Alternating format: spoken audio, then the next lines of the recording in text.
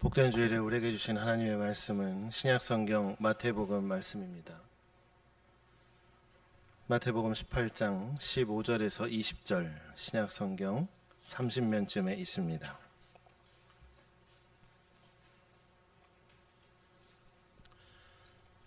하나님의 말씀 받을 때 한 절씩 교독합니다. 내 형제가 죄를 범하거든 가서 너와 그 사람과만 상대하여 권고하라. 만일 들으면 네가 네 형제를 얻은 것이요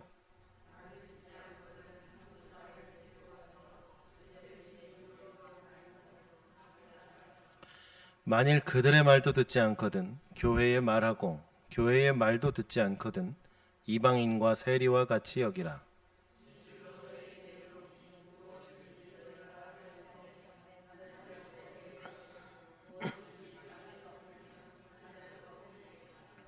진실로 다시 너희에게 이르노니 너희 중에 두 사람이 땅에서 합심하여 무엇이든지 구하면 하늘에 계신 내 아버지께서 그들을 위하여 이루게 하시리라.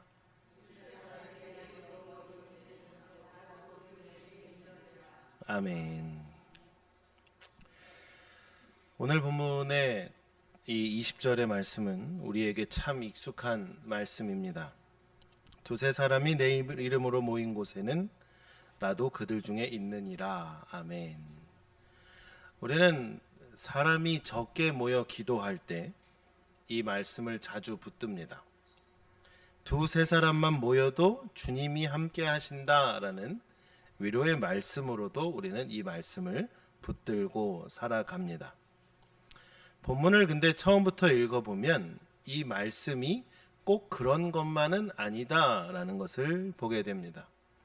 그저 모인 사람의 수가 적음을 위로하자는 말씀이 아니라 이 본문의 중심을 보면 예수님께서 공동체 안에 죄를 범한 형제를 어떻게 대해야 하는가라고 말씀하시는 부분 가운데 그 결론인 것이죠.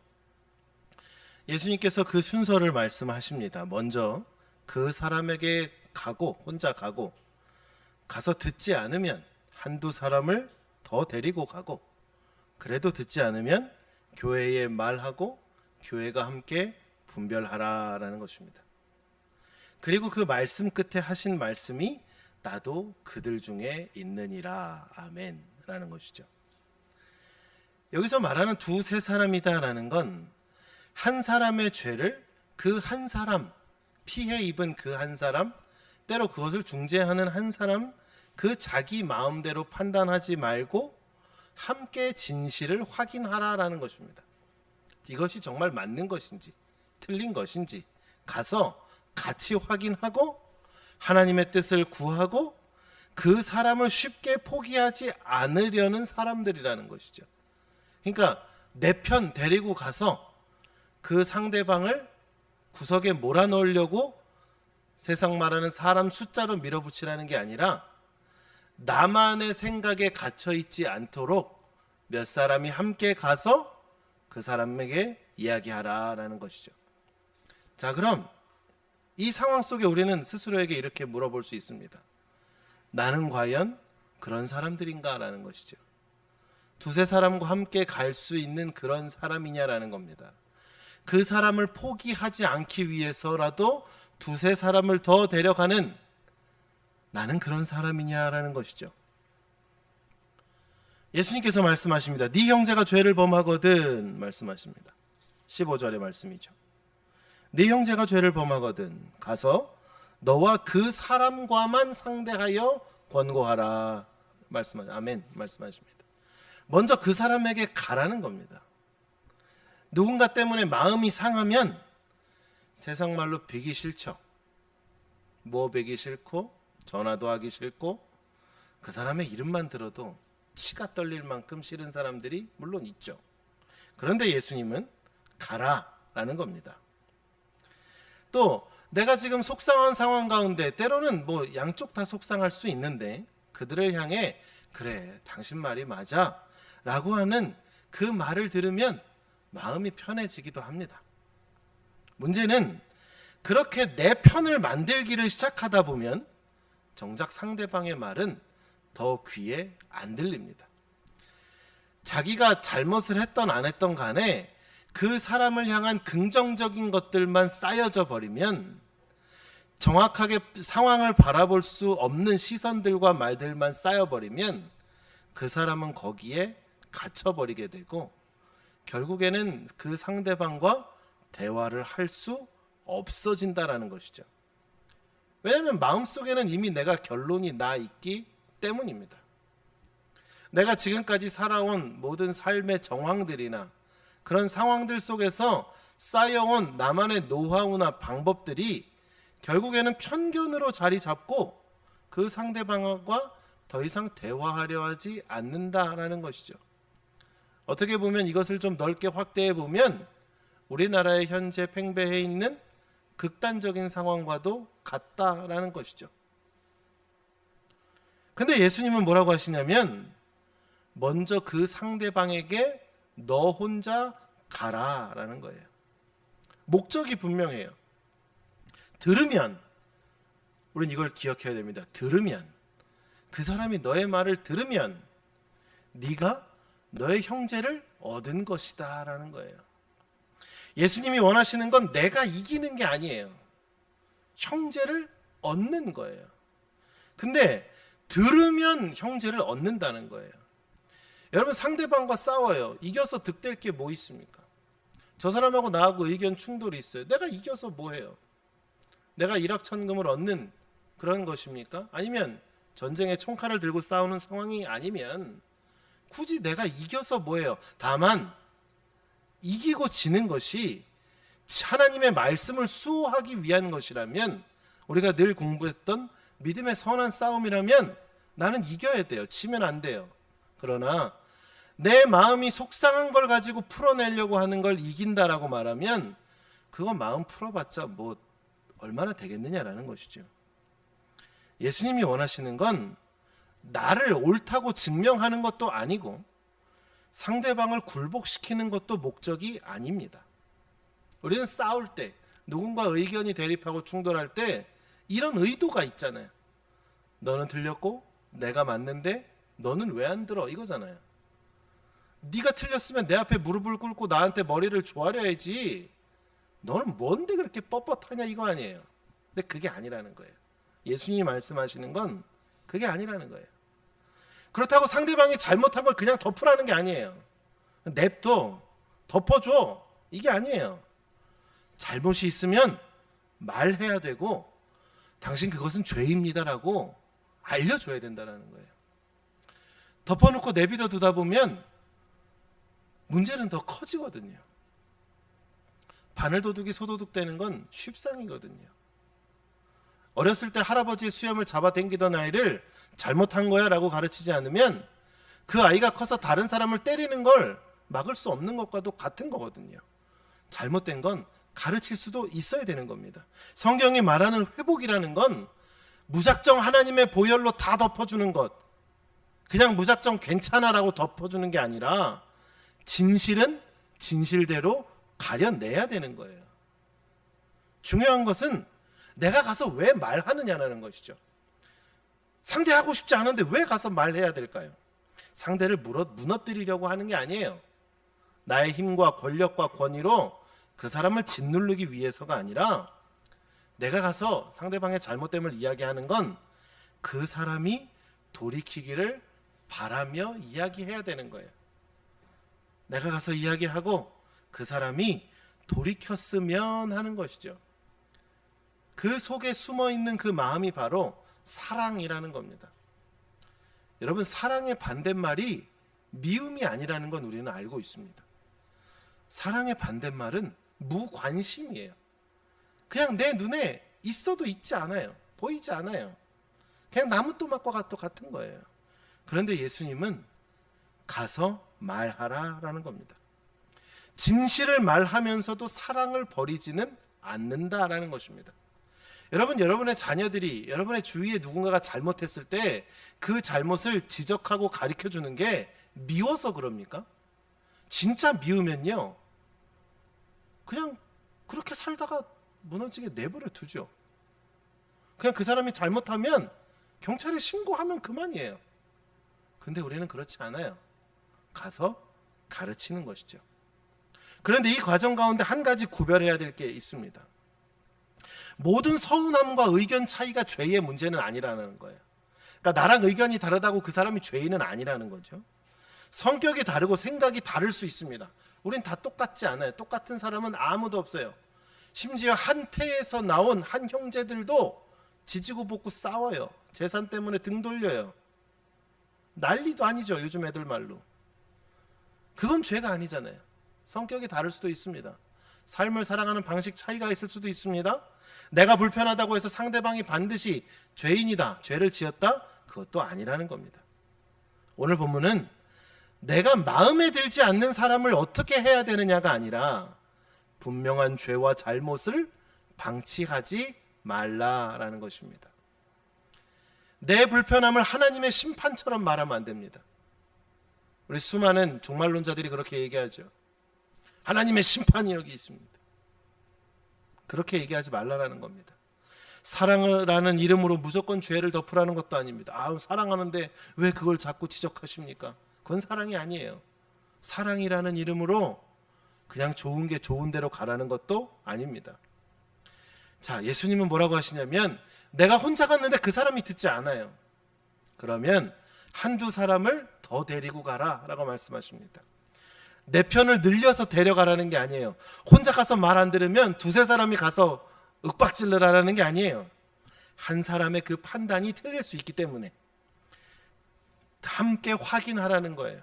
가서 함께 들어보고 이 사람의 말과 내 말이 어떤지를 가려보라고 이야기하는 것입니다. 내가 상처받은 것이 설령 사실이고 상대방이 그 상처를 준 게 명확하다고 하더라도 내가 그 모든 상황을 정확하게 보고 있다는 보장은 없는 것이죠. 우리가 교통사고가 나면 어떻게 해요? 누가 잘못했는지 블랙박스를 보고 현장에 출동한 그 사고 처리 담당자의 이야기를 듣고 어떨 때는 또 경찰이 와서 그 사고의 정황을 확인하는 것이죠. 그냥 무조건 피해자의 말만 듣지 않아요. 그렇다고 또 무조건 가해자의 말만 듣지 않는 것입니다. 다른 사람의 눈이 필요한 것입니다.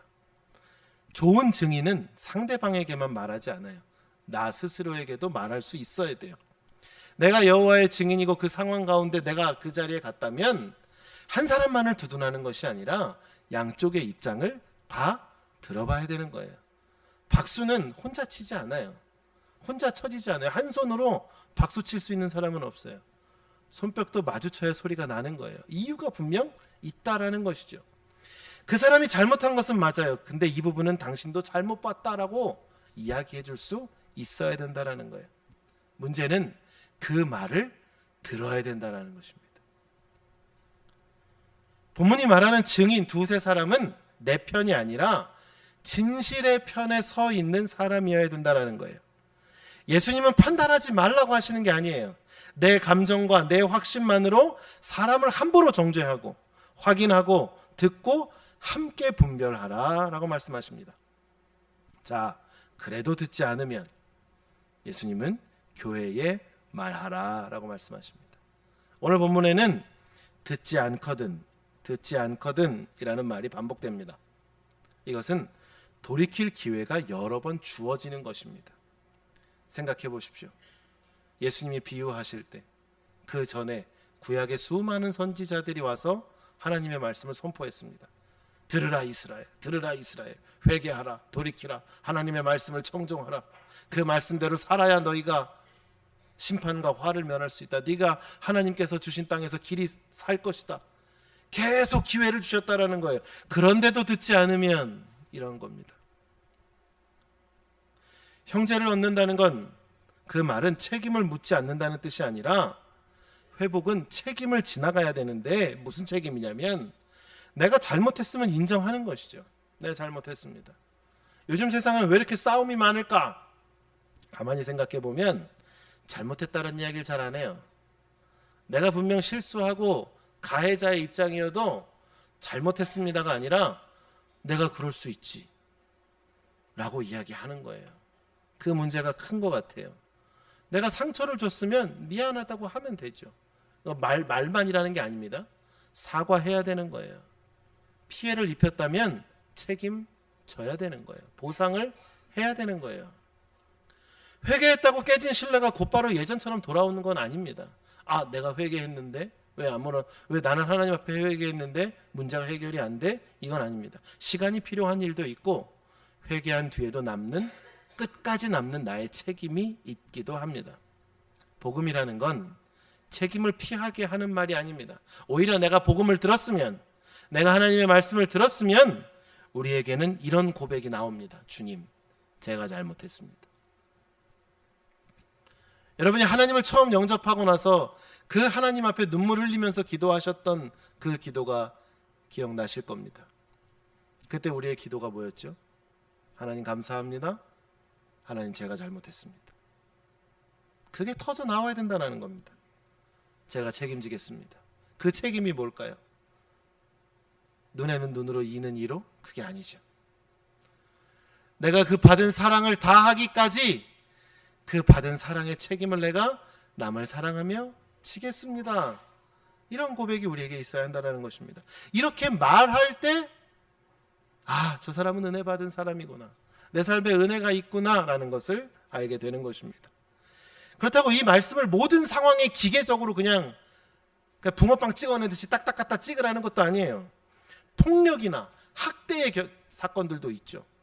요즘 많이 일어나는 성범죄들도 있습니다.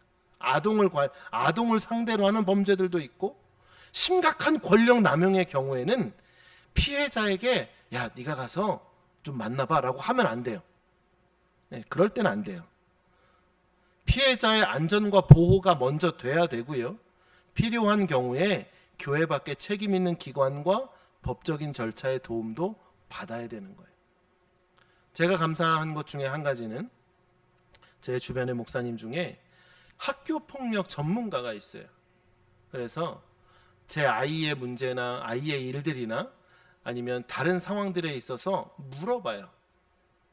이런 일이 있었는데 어떻게 해야 됩니까? 누구의 자녀가 이런 일이 있다고 하는데 전문가의 입장에서 이건 어떻게 해결해야 됩니까? 이렇게 물어본다는 거예요. 오늘 본문은 피해자는 그냥 입 다물고 살아가 아니에요. 네. 죄를 진실하게 다루라는 거예요. 18절의 말씀에 예수님은 매고 푸는 권세를 말씀하십니다. 우리가 잘 알고 있는 말씀이죠. 진실로 너희에게 이르노니 무엇이든지 너희가 땅에서 매면 하늘에서도 매일 것이요 무엇이든지 땅에서 풀면 하늘에서도 풀리리라. 아멘. 누군가에게 무제한적인 권력을 주신 말씀이 아니에요. 네가 이렇게 하면 하나님이 할 거고 네가 이렇게 하면 하나님이 하는 거야, 이 얘기가 아니에요. 앞에서 이미 사건들이 있었잖아요. 형제 중에 누가 죄를 범한 게 있잖아요. 그 여러 사람이 다 알고 있는 상황이잖아요. 교회에도 알고 있는 것이잖아요. 그러면 그 여러 사람이 그 사실에 대한 그 문제에 대한 사실을 확인하고 공동체가 이미 분별했으면 이제는 기도하라라는 거예요. 그렇게 공동체가 다 알기까지는 문제가 해결이 안 된 거잖아요. 그 사람은 그 사람대로, 나는 나대로 문제가 계속 평행선처럼 이어가고 있는 것이잖아요. 그래도 안 되면, 그리고 나면 기도하라라는 거예요. 교회의 권위도 말씀 아래에 있어야 됩니다. 목회자의 권위도 말씀 아래에 있어야 돼요. 직분자들의 권위도 말씀 아래에 있어야 돼요. 오랫동안 신앙생활을 한 사람도 자기의 판단을 이게 하나님의 뜻이라고 함부로 말해서는 안 돼요. 성경적인 근거가 있어야 돼요. 그리고 그 근거는 정확해야 돼요. 사람을 판단하는 자리일수록 더 깊이 하나님 앞에 서야 합니다. 주님, 우리가 제대로 보고 있습니까? 이 상황이 정말 하나님 보시기에도 악한 상황입니까? 우리는 물어야 된다는 거예요. 어떻게 하면 주님, 진실도 진리도 지키면서 저 죄를 범한 사람을 살릴 수 있겠습니까? 우리는 이걸 생각해야 되는 겁니다. 그 말씀 끝에 예수님이 하시는 말씀이 두세 사람이 모인 곳에라고 하시는 거예요. 두세 사람이 내 이름으로 모인 곳에 나도 그들 중에 있느니라. 아멘. 자, 이제 여기에 이 말씀을 보면 이 말씀이 그냥 이 한 문장으로만 들으면 참 위로가 돼요. 아, 주님, 우리의 사람의 수가 적지만 하나님이 우리와 함께 하신다는군요. 이렇게만 받아들이면 위로가 될 수 있어요. 우리는 대부분 이 말씀을 그렇게 받아들이고 살았어요. 근데 앞에 있는 말씀의 정황들을 살펴보면 그 두세 사람이 내 이름으로 모인 곳에라는 거예요. 무서운 말씀이에요. 이건 뭐냐면 그 너희들이 판단하는 가운데 하나님이 계시기 때문에 사람을 함부로 판단하지 말라라는 거예요. 너희들이 판단하고 이야기하는 가운데 내가 너희와 함께 있다라는 거예요. 죄를 아무 일도 아닌 것처럼 덮을 수도 없어요. 하나님이 계시잖아요. 여러분, 내가 나쁜 짓을 하려고 그래요. 나쁜 행동을 하려고 그래요. 근데 그 옆에 하나님이 서 있다고 생각해 보세요. 여러분, 범죄의 대부분은요, 은밀한 곳에서 이루어져요. 은밀한 곳에서 이루어져요. 하나님이 나와 함께하고 계심을 망각하는 데서부터 범죄는 시작돼요. 잘못은 시작돼요. 죄는 시작돼요. 근데 한번 생각해 보십시오. 여러분, 24시간 동안 내가 하나님과 함께하고 있습니다라고만 생각해 보십시오. 여러분, 욕할 수 있을까요? 쉬운 말로? 남을 헐뜯을 수 있을까요? 그런데도 헐뜯으면 대단한 사람입니다. 아니, 하나님이 세상 발로 두 눈을 그렇게 뜨고 나를 쳐다보고 계시는데 내가 어떻게 하나님이 싫어하는 걸 할 수 있겠습니까? 여러분, 그 하나님이 우리와 함께 하신다라는 겁니다. 갈등이 생기면 자기 입장은 선명해지죠. 내가 왜 화가 났는지 알고 상대방이 뭘 잘못했는지도 더 잘 보여요. 티끌 같은 것까지도 아주 기가 막히게 보여요. 자, 여기에 신앙의 언어까지 들어가면 더 위험해져요. 내 생각을 성경적이라고 이야기해요. 내 분노를 의로운 분노라고 이야기해요. 내 판단을 분별이라고 이야기해요. 내가 분별의 은사를 받았는데 이건 잘못된 거야 라고 독선에 빠져요. 어느 순간 내가 말씀 앞에 서는 게 아니라 말씀을 내 의를 주장하기 위한 도구로 사용한다라는 거예요. 복음은 먼저 상대방이 아니라 나를 보게 하는 겁니다. 내가 하나님의 말씀을 듣는다는 건 그거를 듣고 안경처럼 선명하게 남을 보기 위한 게 아니라 하나님의 말씀은 거울 같아서 나를 비추거든요. 내가 어떤지를 보게 하는 겁니다. 상대방의 잘못이 훨씬 클 수도 있죠. 복음은 그 차이를 흐리게 만들지 않아요. 야, 그 사람이 잘못했는데 네가 믿는 사람이니까 좀 참아, 이러지 않아요. 상대방의 잘못이 내가 하는 모든 말과 행동까지 다 옳다고 만들어주는 것도 아니에요. 잘못한 사람은 자기 잘못을 인정해야 됩니다. 상처받은 사람은 진실을 말할 수 있어야 돼요. 말하지 않으면 몰라요. 여러분, 말하지 않으면 몰라요. 저는 인간적으로 하는 표현 중에 그런 거 있습니다. 참을 거면 하나님 앞에 갈 때까지 참으세요. 끝까지 말 안 할 거면 하나님 앞에 갈 때까지 말하지 마세요. 근데 그게 아니라면 말하세요. 말하라는 거예요. 공동체는 그리고 이 사실을 확인해야 된다는 거예요. 누구도 말씀을 자기 방어의 도구로 사용하면 안 돼요. 특히 잘못한 사람이 복음을 이용해서는 안 됩니다. 우리는 그런 얘기 들어본 적 있으십니까? 하나님이 용서했는데 왜 자꾸 그러십니까? 오래전에 개봉한 영화 밀양이라는 영화가 있습니다. 한 여주인공의 아들이 누군가에 의해 죽임을 당합니다. 그러고 나서 그 사람을 면회하러 갔더니 그 사람이 말하는 것이 저는 하나님 만나고 용서받았습니다. 그러는 거예요. 그때부터 그 여인의 반응이 뒤틀어져요. 또 그럴 수 있어요. 교회라면 용서해야 되는 거 아닙니까? 죄인들이 모인 곳이 교회면 그거 다 용서해 줘야 되는 거 아닙니까? 이러한 말로 책임을 피하는 건 복음의 태도가 아닙니다. 복음을 만난 사람에게는 다른 말이 나와야 돼요. 아까 이야기했잖아요. 잘못했습니다. 제가 상처를 주었습니다. 주님, 제가 책임을 지겠습니다. 복음은 내 체면을 지키는 데서 끝나지 않습니다. 나를 돌이키게 합니다. 이것이 바로 회개입니다. 복음을 들으면 회개하는 것이 그 과정입니다. 당연한 것입니다. 오늘 본문 앞에서 우리가 우리 스스로에게 질문을 하나 던져보십시오. 나는 지금 무엇을 얻으려고 그러는가? 나는 저 사람과의 갈등 속에서 내가 원하는 건 뭔가? 내가 옳다고 인정을 얻고 싶은 건 아닌가? 상대가 굴복하기를 원하고 있지는 않은가? 아니면 정말 그 사람이 하나님께로 돌아오기를 바라는가라는 겁니다. 여러분, 예수님 15절 말씀에 네 형제를 얻은 것이다 라고 말씀하십니다. 그리고 이제 나에게 물어봅니다. 나는 말씀 앞에 서 있는가? 아니면 나는 말씀을 내 편에 세우는가? 말씀 앞에 서는 사람은 이렇게 기도할 수 있습니다. 주님, 상대방만 보게 하지 마시고 나도 보게 하십시오.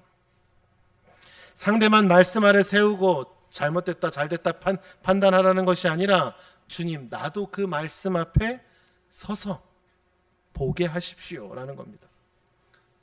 우리가 때로 상대방에게 바르게 권면한다고 상대가 반드시 돌아오는 것만은 아닙니다. 말해도 안 될 때가 있습니다. 진실하게 말하고 기다려도 끝까지 싫다고 할 수 있어요. 그렇다고 그 사람의 회개까지 우리가 만들어낼 수는 없습니다. 여러분, 중보기도 할 때요, 상대방의 회개를 내가 할 수 없잖아요. 상대방을 위해서 기도할 수 있으나, 그 사람의 아픔 가운데 내가 동참하여 기도할 수 있으나, 저 사람의 죄를 내가 대신 회개할 수 없거든요. 우리의 책임은 상대를 바꾸는 데 있지 않아요. 내가 어떻게든 저 사람을 되돌려 놔야겠다. 거기에 우리의 책임이 있지 않습니다. 주님의 방법으로 진실을 말하고 필요한 책임을 분명히 하고 회복의 길을 걷게 하는 데에 있다라는 것입니다. 그리고 그 결과는 하나님께 맡겨야 되는 겁니다. 내가 이렇게 했는데 왜 안 되죠? 여러분, 거기에 매여 있지 마십시오. 주님의 뜻대로 방법대로 말씀대로 최선을 다하고 그리고 하나님께 맡기십시오. 본문을 조금 넓게 보면, 앞뒤를 더 보면 하나님께서 예수님을 통해 왜 이 말씀을 주셨는지를 좀 더 분명하게 봅니다. 바로 앞에는 71마리의 양을 찾아가는 하나님의 마음이 기록됩니다. 근데 오늘 본문의 다음에는 베드로의 질문이 나옵니다. 형제가 내게 죄를 범하면 몇 번이나 용서해 주면 됩니까? 앞에는 잃은 자를 찾으시는 하나님의 마음이 있고 뒤에는 용서의 말씀이 있습니다. 그리고 그 사이에 죄를 그럼 어떻게 다룰 것이냐라는 말씀이 있는 것이죠. 하나님은 죄를 결코 가볍게 내버려 두지 않으십니다. 그렇다고 사람도 가볍게 두지 않으십니다. 죄를 분명하게 다루면서도 말씀하시기를 형제를 얻으라라는 것이에요. 그 사람을 얻기 위해 라는 거예요. 교회는 진실을 포기해서 사람을 얻는 것도 아니에요. 교회는 더욱더 본질에 가까워야 돼요. 사람을 모으기 위해서 하나님의 말씀에 어긋난 것이라도 세상이 좋으면 무조건 갖다 붙이면 안 돼요. 사람을 포기해서 진실을 지키는 것도 아니에요. 아무도 안 올지라도 진실을 무조건 지켜야지. 그냥 나는 아무것도 안 하고 홀로 독불장군처럼 있는 것이 교회도 아니에요. 진실을 붙들되 사람을 얻기 위해 애써야 돼요. 그 마음이 가장 분명하게 드러난 게 십자가죠. 하나님께서 우리의 죄를 결코 가볍게 넘기지 않으셨어요.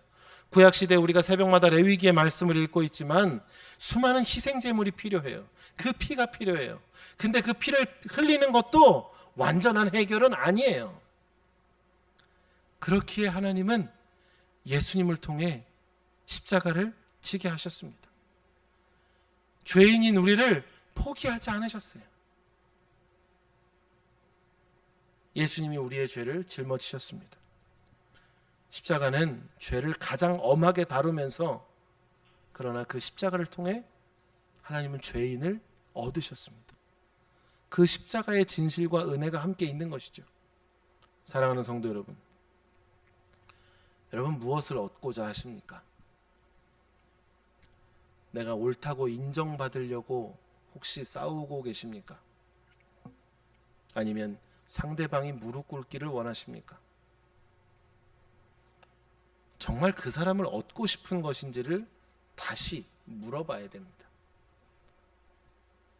예수님은 말씀하십니다. 들으면, 상대방이 들으면 네가 네 형제를 얻은 것이다 라는 겁니다. 그러나 그 상대방의 말하는 그 사람은 하나님의 마음으로 하나님의 진리와 공의를 가지고 말씀으로 철저히 해야 되는 것입니다. 네가 네 하고 싶은 말 다 해서 그 사람이 안 들으면 버리라는 게 아니라는 거죠.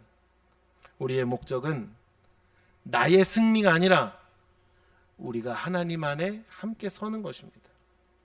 그러나 하나님 안에 함께 서려면 죄인으로서는 설 수 없잖아요. 그러기에 우리는 하나님의 그 공의를 선포하는 것입니다. 진실을 말하고 함부로 판단해서는 안 됩니다. 함께 확인하고 듣고 분별해야 됩니다.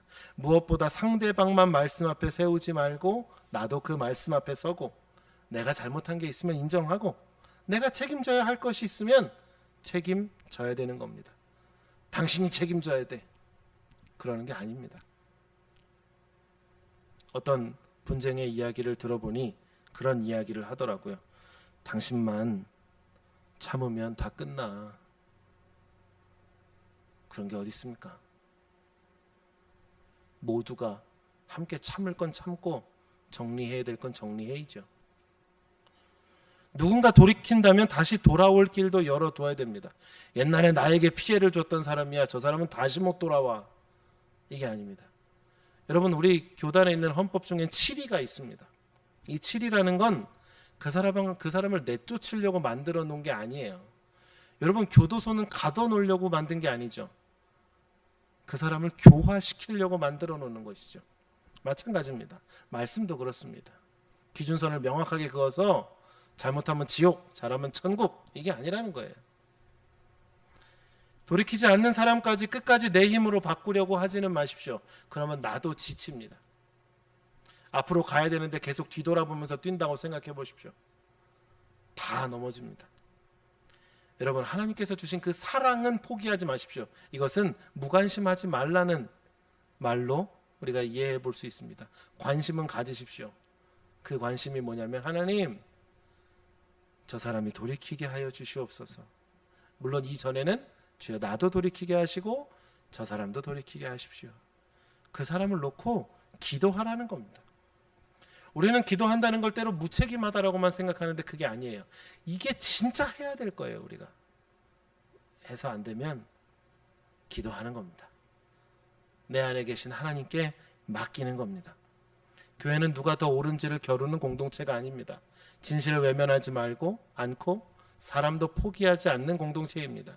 그런데 우리 힘만으로는 이게 잘 안 돼요. 할 수 없어요. 완벽하지 않아요. 주님은 그 어려운 일을 우리에게 맡기시고 잘해봐라 라고 하지 않으십니다. 두세 사람이 내 이름으로 모인 곳에 내가 그들 가운데 있다라고 말씀하십니다. 진실을 말해야 되는 자리에도, 내가 잘못을 인정해야 되는 자리에도, 책임을 묻되 사람을 포기하지 않으려는 자리에도 주님은 계십니다. 사랑하는 성도 여러분, 진실을 포기하지 마십시오. 그리고 그 사람도 포기하지 마십시오. 포기하면 모든 건 다 끝납니다. 내가 포기하면 사단은 아주 좋은 먹잇감으로 그를 붙잡아 갈 것입니다. 모든 일을 주님 앞에서 하십시오. 그렇게 말씀 안에 함께 서는 우리에게 주님께서 오늘 말씀하시는 거죠. 내가 그들 중에 있느니라. 아멘.